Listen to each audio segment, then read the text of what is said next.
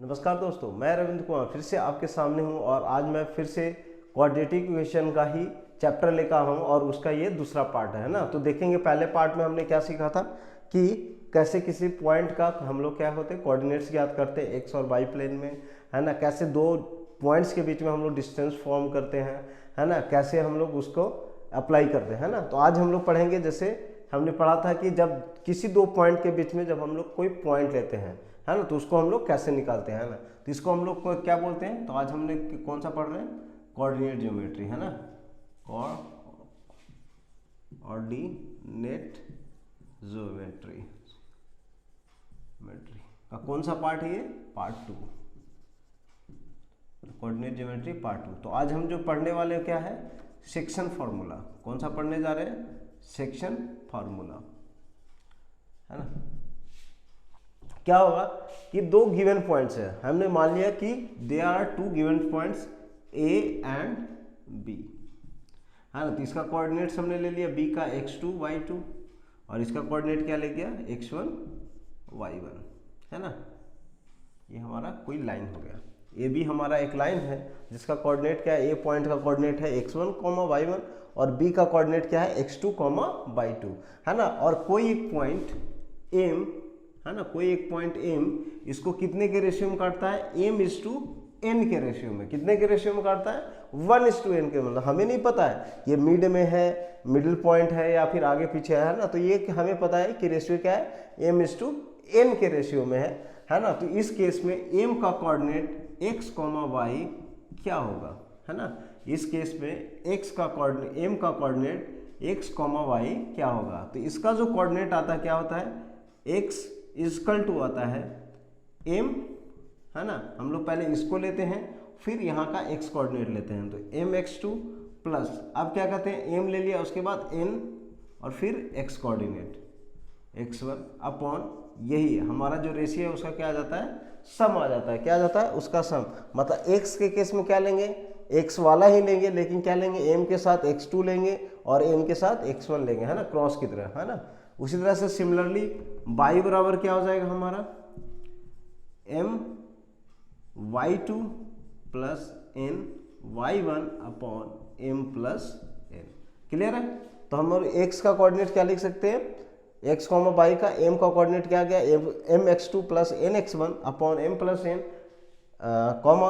my2 plus ny1 upon m plus n, है ना। इस केस में ले सकते हैं। अब मान लिया कि ये हमारा क्या हो जाए, मिडिल पॉइंट हो जाए, when m is the mid point, क्या हो जाए, mid point of A B, है ना। तो इसमें इसके मिड पॉइंट होगा तो देयरफॉर क्या हो जाएगा, देयरफॉर यहाँ से क्या हो जाएगा, therefore m equal to n, क्या हो जाएगा, m इक्वल टू n, है ना। m और n क्या हो जाएंगे, आपस में बराबर हो जाएंगे, है ना। तो यहाँ से हम लोग x का कोऑर्डिनेट फिर क्या हो जाएगा, mx2 प्लस nx1, है ना। nx1 है तो इसको हम n को क्या लिख सकते हैं, m लिख सकते हैं, दोनों क्या आपस में बराबर है, अपॉन क्या हो जाएगा, m प्लस m, है ना। हमने m को n बना दिया, n को m बना दिया। उसी तरह से y क्या हो जाएगा, m/2 plus m/y1 upon m plus n, है ना। तो यहाँ भी क्या हो जाएगा, m प्लस m, है ना। n बराबर क्या ले लिया हमने, n बराबर m, है ना। ये केस को लेके चल रहे हैं तो क्या हो जाएगा हमारा, m कॉमन आ जाएगा तो क्या होगा, x2 plus x1 upon 2m और यहाँ क्या हो जाएगा, y बराबर और ये x बराबर, है ना। तो क्या हो जाएगा हमारा, m कॉमन आ गया तो क्या होगा, y2 plus y1 upon m 2m, m से m कैंसिल, m से m कैंसिल, ठीक है। तो यहाँ से क्या निकला हमारा, x बराबर क्या हो गया, x1 प्लस x2 अपॉन 2 और यहाँ से y बराबर क्या हो गया, y1 प्लस y2 अपॉन 2, है ना। क्या कोऑर्डिनेट निकला, x बराबर x1 प्लस x2 y2 और y बराबर y1 प्लस y2 होता है ना। तो देयरफॉर हम यहाँ से लिख सकते हैं मिड पॉइंट इक्वल टू क्या हो जाएगा, sum of x coordinate upon 2 and sum of y coordinate upon 2, है ना। तो ये हम लोग डायरेक्टली लिख सकते हैं किसका, mid point x comma Y बराबर, है ना, कौन सा मिड पॉइंट, m। तो m के मिड पॉइंट को हम लोग क्या लिख सकते हैं, x1 plus x2 upon 2, y1 plus y2 upon 2। तो इजिली हम इसको क्या कर सकते हैं, सॉल्व कर सकते हैं, है ना। तो इसके रिगार्डिंग हम लोग कोई एक क्वेश्चन को कर लेंगे तो हमारा क्या हो जाएगा, ये क्लियर हो जाएगा, है ना। और तो हमें क्या करना है, इसको बेसिकली याद रखना है क्रॉस के फॉर्म में। तो चलिए हम इसके रिगार्डिंग एक क्वेश्चन ले लेते हैं। आइए दोस्तों देखते हैं हमारा क्वेश्चन। फाइंड, CBSE 2015 का आया हुआ क्वेश्चन हमने लिखा है, find the coordinate of the point P on the line segment joining A and B such that AP equal to 2/5 of AB। तो सबसे पहले क्या है, दो लाइन है ना, दो पॉइंट्स है, कौन हमारा A और B, है ना। A का कोऑर्डिनेट्स क्या दिया हुआ, 1,2, क्या कर रहे हैं हम इसको सॉल्व कर रहे हैं, है ना। B का कोऑर्डिनेट क्या दिया हुआ, 6,7।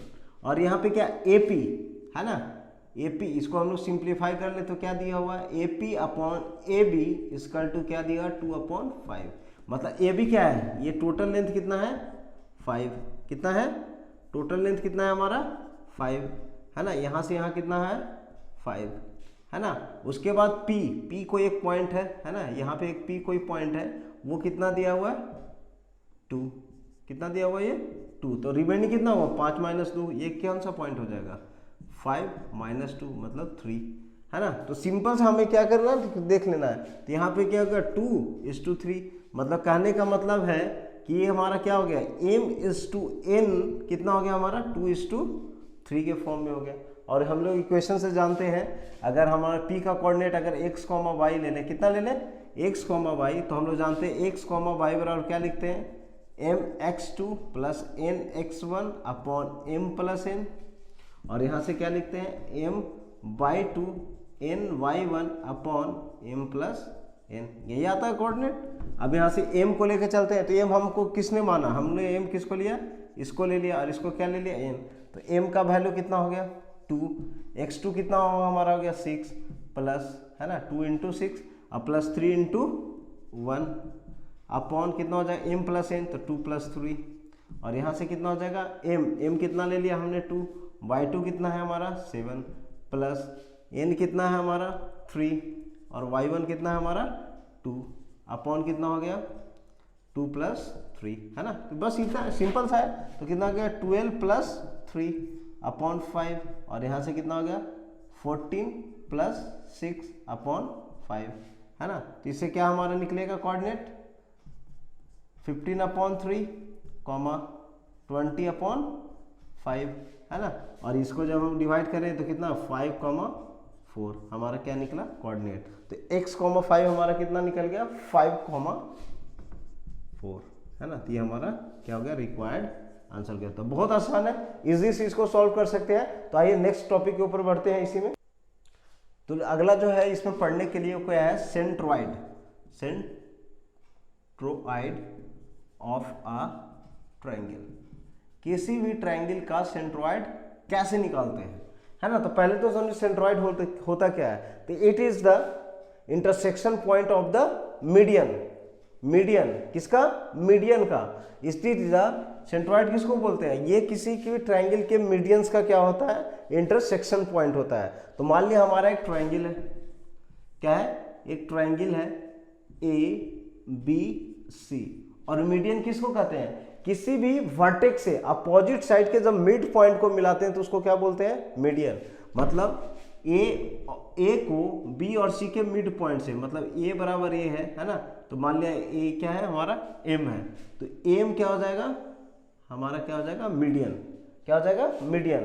तो मीडियन किसको बोलते हैं, किसी भी वर्टेक्स, आप चाहे तो इसको लिख सकते हैं, किसी भी वर्टेक्स से अपोजिट साइड के जब मिड पॉइंट्स को हम क्या करते हैं, मिलाते हैं, तो क्या बनता है median. When A vertex can join the mid point of the opposite side इस मेक ए मीडियन, है ना। इसी तरह से 3 मीडियन होगा, बी से और ए सी के मिड पॉइंट को मिलाएंगे, और तीसरा आप देखेंगे ऑटोमेटिक इसी पॉइंट से पार करेगा, है ना। तो ये बराबर ये हो जाता है, और ये बराबर ये हो जाता है, और नीचे वाला ये और ये आपस में बराबर हो जाते हैं, है ना, इस तरह से, है ना। तो इसको क्या बोलते हैं, मीडियन। तो MNL हमने ले लिया, है ना। तो कहता है कि जो ये पॉइंट क्या सर इंटरसेक्शन पॉइंट निकला, उसी को क्या बोलते हैं हम लोग, मीडियन। क्या हमने बोलते हैं इसको, मीडियन, है ना। तो इस केस में अगर मान लिया ए का कोऑर्डिनेट क्या है x1, y1, बी का क्या है x2, y2, क्या है x2, y2, और सी का क्या है x3, y3, तो कहता है g का कोऑर्डिनेट क्या होगा x, y, है ना। तो फाइंड द g, तो g को हम लोग कोऑर्डिनेट को क्या ले लिए x, y, है ना। तो इस केस में ये क्या निकलेगा, sum of x coordinate of all vertex, है ना, sum of coordinate of x vertex, है ना, x2, x coordinate of the all vertex upon 3 upon sum of क्या y coordinate of each vertex, है ना, अपॉन 3, है ना। ये क्या निकलता है हमारा सेंट्रॉइड का, क्या निकलता है हमारा coordinate. How to find the coordinate of a triangle, centroid of a triangle, तो क्या कहते हैं, किसी भी ट्रायंगल के वर्टेक्स से अपोजिट साइड्स को मिलाने वाले मीडियंस के इंटरसेक्शन पॉइंट को क्या बोलते हैं, सेंट्रॉइड। और सेंट्रॉइड का रिजल्ट क्या निकलता है, sum of the x coordinate upon 3, sum of the y coordinate upon 3, है ना। इस तरह से हम किसी भी ट्रायंगल के क्या करते हैं, सेंट्रॉइड को हम लोग निकालते हैं। तो है ना, तो देखते दोस्तों, हमने एक क्वेश्चन लिया है सेंट्रॉइड से रिलेटेड, सीबीएसई 2005 का हुआ क्वेश्चन है। 2 vertices of triangle ABC are given by a 6, 4, b -2, 2 and its centroid is g 3, 4. Find the coordinate of the third vertex c of the triangle ABC। मतलब कहने का मतलब कि हमारा एक ट्रायंगल है, क्या है a, जिसका कोऑर्डिनेट क्या है 6, 4, एक हमारा है b, है ना, b उसका कोऑर्डिनेट क्या है -2, 2, और c क्या है हमें पता नहीं है, तो उसको हमने क्या ले लिया x, पाए, और हमें क्या दिया हुआ g, है ना, इसका क्या दिया हुआ है g, जो इसके मीडियंस का, तो g का कितना कोऑर्डिनेट दिया हुआ है, g का कोऑर्डिनेट दिया हुआ है हमारा 3, 4, है ना, ये दिया हुआ है। तो हम लोग जानते हैं कि g बराबर क्या होता है ना, g, है ना, तो g को अगर हम लोग ले लें तो g का कोऑर्डिनेट क्या होता है x1 प्लस x2, है ना। तो इसको हम लोग क्या लेते हैं, चलिए हम लोग इसको x3 y3 मान लेते हैं, और इसको हम लोग मान लेते हैं xy, है ना, हमने यही पढ़ा था। तो x बराबर क्या होता है x2 x3 अपॉन 3, है ना, और y बराबर क्या हो जाता है हमारा y1 y2 y3 अपॉन 3, है ना। Sum of the x coordinate x1 plus x2 upon plus x3 upon 3, y equal to y1 plus y2 plus y3 upon 3। अब इसकी वैल्यू को हम लोग सिंपली पुट कर लेते हैं। तो x कितना है हमारा 3, x कितना है हमारा 3, x1 कितना है हमारा 6, x2 कितना है हमारा -2, और x3 नहीं पता है तो अननोन अपॉन 3, है ना। उसी तरह से y को लिख लेते हैं, y कितना है हमारा 4, है ना, इक्वल टू y1 कितना है हमारा 4, y2 कितना है हमारा 2, है ना, और प्लस y3 हमें फाइंड करना अपॉन 3। तो इसको सॉल्व कर ले, तो 3 3 जा 9, है ना, ऊपर कितना हो गया 6 में से 2 गया 4 प्लस x3, और यहाँ से क्या हो जाएगा 12 इक्वल टू 6 प्लस y3, है ना। तो देयरफॉर यहाँ से क्या निकल जाएगा x3 कितना निकल जाएगा 9 - 4, और यहाँ से क्या निकल जाएगा y3 क्या निकल जाएगा 12 - 6।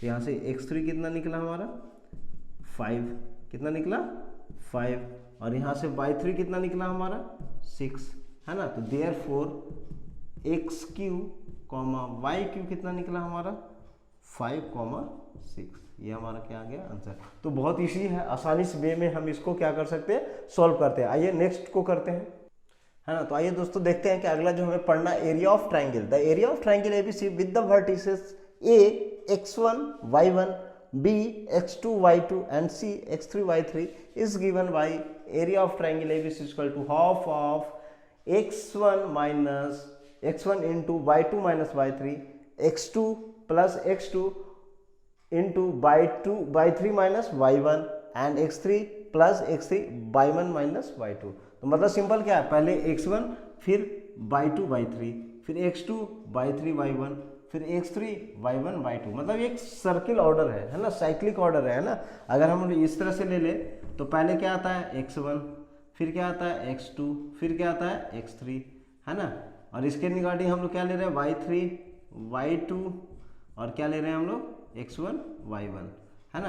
और जब हम x1 ले रहे हैं तो हम लोग क्या करें, x टर्म को भूल जा रहे हैं तो y2 माइनस y3, जब x2 ले रहे हैं तो y3 माइनस y1, और जब हम लोग x3 ले रहे हैं तो y1 माइनस y2। तो एक साइक्लिक ऑर्डर को क्या करता है, फॉलो करता है। तो हम चाहें तो इसका रिजल्ट भी निकाल सकते हैं, है ना। तो इस रिजल्ट को सॉल्व कर सकते हैं। तो हमने क्या लिया, सिंपल एक ट्राइंगल ले लिया। क्या लिया हमने, एक सिंपल ट्राइंगल बना लिया यहाँ पे, है ना, एक ट्राइंगल बना लिया, है ना। अब ये हमने ले लिया a, ये हमने ले लिया b और ये ले लिया c। तो क्या होगा, x2 और minus y2, x3 y2, c क्या ले लिया x3 y3, और a क्या ले लिया x1 y1, है ना। और इसके अकॉर्डिंग हमने क्या कर लिया, एक ग्राफ प्लॉट कर लिया, है ना। यहाँ से हमने परपेंडिकुलर ड्रॉ कर लिया, यहाँ से हमने परपेंडिकुलर ड्रॉ कर लिया, और यहाँ से हमने परपेंडिकुलर ड्रॉ कर लिया। अब देख रहे हैं हम लोग क्या कर रहे हैं, एक ट्रेपीजियम बन गया, एक ट्रेपीजियम बन गया, और ये एक ट्रेपीजियम बन गया। क्या कोई क्लियर है ना। तो हम लोग क्या करते हैं, इस तरह से हम लोग देख रहे थे, एक ट्रेपीजियम, दो ट्रेपीजियम, और इसमें इस ट्रेपीजियम को क्या कर दिया हमने, माइनस कर दिया। क्यों, क्योंकि ये पैरेलल इसके हैं, इसके बारे में हमें नहीं पता। तो ट्रेपीजियम का हमें एरिया पता है, तो इस तरह से हम लोग ट्राइंगल को इजिली फाइंड कर सकते हैं, है ना। हम लोग इस ट्राइंगल को इजिली फाइंड कर सकते हैं। तो चलिए देखते हैं। तो हम लोग क्या इसकी बात करते हैं, तो ये लेंथ हमारा कितना हो जाएगा, तो ये क्या हमारा x1 और ये क्या हमारा x2। तो ये लेंथ कितना निकल के आया, x1 माइनस x2, है ना। ये लेंथ कितना निकल गया आगे, x1 माइनस x2। उसी तरह से इस लेंथ की बात करें तो ये टोटल कितना है हमारा, x3, और ये कितना हो गया हमारा x1। तो ये लेंथ कितना निकल के आया, x3 माइनस x1। कोई दिक्कत नहीं, है ना, इजी हो गया। तो ये वाला ट्रेपीजियम हो गया, ये वाला ट्रेपीजियम हो गया, है ना। और इसके बाद हम लोग क्या करते हैं, ये हो गया, ये इसको हम लोग माइनस करेंगे। तो ये टोटल लेंथ कितना हो जाएगा, ये वाला लेंथ कितना हो जाएगा टोटल, इस लेंथ की बात करें तो x3 में क्या घट जाएगा, x2। तो x3 माइनस x2, है ना। तो ईजी है। और इसको हम लेके चलते हैं, तो एरिया ऑफ ट्राइंगल बराबर क्या हो जाएगा, triangle area of triangle ABC, है ना। तो क्या लिख सकते हैं, सम ऑफ ट्रेपीजियम, इसका और इसका, है ना। तो एरिया ऑफ ट्रेपीजियम किसका, इसका हम नाम ले लें, ये हो गया हमारा BC, है ना। तो इसका हमने ले लिया MNO, और इसका नाम हमने ले लिया D। क्या ले लिया, D। इसकी जरूरत तो पड़ेगी नहीं, है ना। तो हमने क्या लिया, एरिया ऑफ ट्रेपीजियम पहले लेते हैं BMNA, BMNA किसकी बात कर रहे हैं, BMNA, इसकी कर लिए, प्लस एरिया ऑफ ट्रेपीजियम कौन सा, ANOC, है ना। इसको हम लोग निकाल लेंगे, है ना, एरिया ऑफ ट्रेपीजियम ANOC, है ना। इसको निकाल लेंगे, और इसको किसको माइनस करेंगे, ट्रेपीजियम, एरिया ऑफ ट्रेपीजियम किसका, BMOC, B area of trapezium BMOC, है ना। इसको क्या कर देंगे, यहाँ पे माइनस कर देंगे, है ना। पहले क्या करेंगे, इस ट्रेपीजियम का एरिया किसका, इस वाले ट्रेपीजियम का एरिया निकालेंगे, इस वाले ट्रेपीजियम का एरिया निकालेंगे, और इसको क्या कर देंगे माइनस। तो बच गया क्या है, ये वाला। तो सिंपल है। तो हम लोग जानते हैं एरिया ऑफ ट्रेपीजियम क्या होता है, half into sum of parallel side into height, है ना। तो पहले केस में चलते हैं, एरिया ऑफ ट्राइंगल, तो half into sum of parallel sides.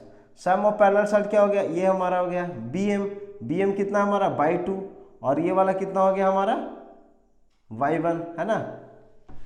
तो y2 प्लस y1, ये वाला हाइट क्या है हमारा y2, और ये वाला हाइट क्या है हमारा y1, और इनटू हाइट कितना हो गया हमारा, ये वाला इसके बीच की हाइट है, पैरेलल लाइन है, तो ये वाला हाइट हो जाएगा। तो कितना हो जाएगा, x1 minus x2, x1 minus x2, ये हो गया हमारा पहला।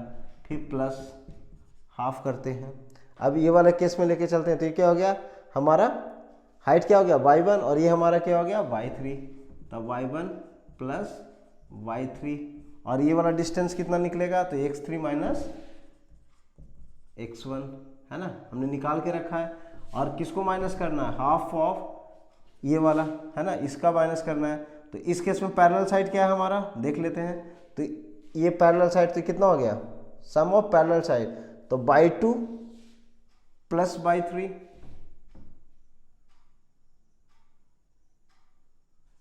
बाई 2 प्लस बाई 3, है ना। और इसके बीच की हाइट कितनी हो जाएगी, तो हमने निकाल लिया x3 minus x2, x3 minus x2, है ना। अब इसको हम लोग क्या करना, सिंपली सॉल्व कर लेना। तो देख रहे हैं सब में क्या है, 1/2 कॉमन है, तो 1/2 को हमने बाहर निकाल लिया। अब इसके बीच में मल्टीप्लाई, तो क्या हो जाएगा, बाई 2 को इससे मल्टीप्लाई कर देंगे, किससे, x1 माइनस x2 से, फिर y1 को मल्टीप्लाई कर देंगे किससे, x1 माइनस x2 से, है ना। उसी तरह से इसके केस में आते हैं, तो y1 को मल्टीप्लाई कर देंगे x3 माइनस x1 से, और y3 को मल्टीप्लाई कर देंगे किससे, x3 माइनस x1 से। और इस केस में क्या हो जाएगा, ये हमारा माइनस वाला केस आ रहा है, तो ध्यान रखेंगे माइनस का हमेशा। तो बाई 2 को मल्टीप्लाई किससे करेंगे, x3 माइनस x2 से, और यहाँ से फिर क्या हो जाएगा, y3 को मल्टीप्लाई किससे करेंगे, x3 माइनस x2 से, है ना। इस तरह से हमारा क्या होगा, एक निकल के आएगा, है ना। तो हम थोड़ा देर के लिए इसको इरेज कर रहे हैं, है ना, इसका यूज हो गया तो इसको हम लोग क्या कर रहे हैं, इरेज कर रहे हैं, है ना, ताकि ये सॉल्यूशन हमारे पास एग्जैक्ट निकल के आए, है ना। तब क्या हो जाएगा हमारा हाफ। अब यहाँ से मल्टीप्लाई करेंगे, क्या हो जाएगा, बाई 2 माइनस x1, फिर क्या हो जाएगा y2 x2, ठीक है। फिर अगला करते हैं y1 x1, फिर क्या हो गया y1 x2, नेक्स्ट करें तो plus y1 x3, y1 x1 plus y3 x3 minus y3 x1, है ना। हम लोग को ऑर्डर लेके चलना चाहिए, चलिए कोई बात नहीं, उससे भी नहीं फर्क पड़ेगा। y2 x3 minus minus plus क्या y2 x2 माइनस, यहाँ पे हो जाएगा माइनस y3 x3 और minus minus plus y3 x2, है ना। तो आप देखिएगा कि 1 वाला कैंसिल हो रहा होगा, है ना, y1 x1 और एक कौन सा आ गया, ये वाला हम लोग टर्म ले लिया, और ये वाला ये क्या हो गया, आपस में कैंसिल हो गया, y3 ये कैंसिल हो गया, ये कैंसिल हो गया, y2 और y2 x2, है ना, माइनस माइनस कैंसिल है। तो रिमेनिंग हमारे पास क्या बचा, half y2 x1 minus y1 x2 plus y1 x3, है ना, plus sorry minus y3 x1, है ना, फिर क्या बना y2 x3 और फिर लास्ट में क्या बचा y3 x2, है ना। इतना आ गया। अब हम लोग क्या करते हैं, सबसे पहले x1 वाले को एक साथ रख लेते हैं, तो हाफ y2 x1 और x1 और देखिए कहाँ है, तो माइनस y3 x1, है ना, इसको एक साथ रख लिया, प्लस अब हम लोग क्या करेंगे, x2 वाले को साथ में रखेंगे, तो क्या हो जाएगा हमारा, x2 वाले को ले ले यहाँ से, तो y3 x2 minus y1 x2, है ना। उसके बाद हम लोग क्या करेंगे, इसको लेके चलते हैं, ये हो गया हमारा और ये हो गया। अब हम लोग किसको लेके चल रहे हैं, x3 वाला, x3 कौन सा बच गया हमारा, y1 x3 और एक नीचे हमारा क्या गया y2 x3, है ना। तो बिल्कुल इजी लेके चलते हैं, इसको एक साथ रख लिए, तो अभी यहाँ से क्या हो जाएगा हमारा हाफ, और यहाँ से हमारा क्या निकल जाएगा x1, क्या निकल जाएगा x1, तो क्या बच जाएगा y2 माइनस y3, और यहाँ से क्या हम लोग निकाल लेंगे x2 को, तो क्या बन जाएगा y3 माइनस y1, और यहाँ से हम लोग क्या कॉमन ले लेंगे x3 को, तो क्या बन जाएगा y1 माइनस y2, है ना। तो हमारा रिजल्ट क्या निकल के आ गया, यही था, है ना। और एरिया को हम लोग क्या मॉडुलस क्यों लगाते हैं, एरिया हमेशा क्या होता है पॉजिटिव होता है। तो इस तरह से हम किसी भी कैलकुलेशन को इजीली सॉल्व करते हैं। कोई भी ट्रायंगल दिया हो तो उसके कोऑर्डिनेट दिए हुए हैं, तो उसके वैल्यू को एक साइक्लिक ऑर्डर में रख के हम इसके वैल्यू को इजीली बहुत आसानी से निकाल सकते हैं। तो यही हमारा था आज के लिए, है ना। नेक्स्ट वीडियो में हम आपके इसके कुछ इंपॉर्टेंट कोऑर्डिनेट ज्योमेट्री के जितने भी इंपॉर्टेंट क्वेश्चन है, जो चैप्टर था हमें समझाना था समझा दिया, जितने भी इंपॉर्टेंट क्वेश्चन होंगे उनको लेके आएंगे। जो आए हुए क्वेश्चन इंटरेस्टिंग होगा उसको जरूर देखें, है ना। और ये सारे फार्मूले को अपने माइंड में रिकॉल करके रखें, याद करके रखें, क्योंकि एग्जाम में क्या काम आता है फार्मूला, और फार्मूला याद है तो क्वेश्चन इजीली बन जाएगा, कॉन्सेप्ट क्लियर हो जाएगा तो क्वेश्चन सॉल्व हो जाएगा। आज के लिए इतना ही, थैंक यू, गुड।